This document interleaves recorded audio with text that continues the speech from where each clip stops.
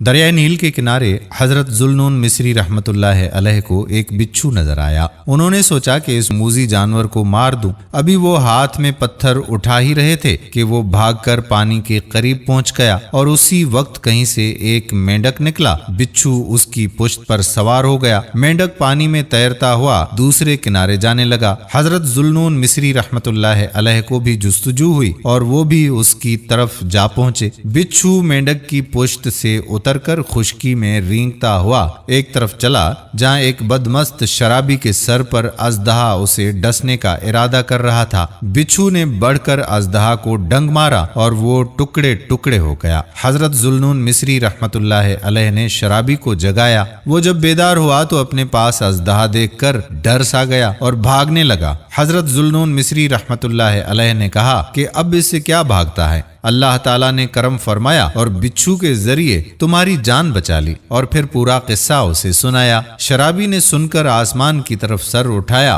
और कहा कि या अल्लाह, एक नाफरमान पर तेरा ये एहसान है तो फरमा बरदारों पर तेरा करम कितना अजीम होगा। तेरी इज्जत व जलाल की कसम, मैं अब कभी तेरी नाफरमानी नहीं करूंगा। और ये कहते हुए चला गया कि ऐ सोने वाले, अल्लाह तेरी निगहबानी फरमाता हर बुरी शय से जो अंधेरे में चलती है। किस तरह सोती हैं आंखें ऐसे बादशाह से जिसकी जानिब से तेरे पास उम्दा नेमतें पहुंचती हैं। दोस्तों, हम उम्मीद करते हैं कि हमारी आज की वीडियो भी आपको पसंद जरूर आई होगी और अपने दोस्तों अहबाब के साथ शेयर जरूर करेंगे। आने वाली वीडियो तक अपने मेजबान कादिर बख्श कल्होड़ो को इजाजत दीजिए। अल्लाह हाफिज।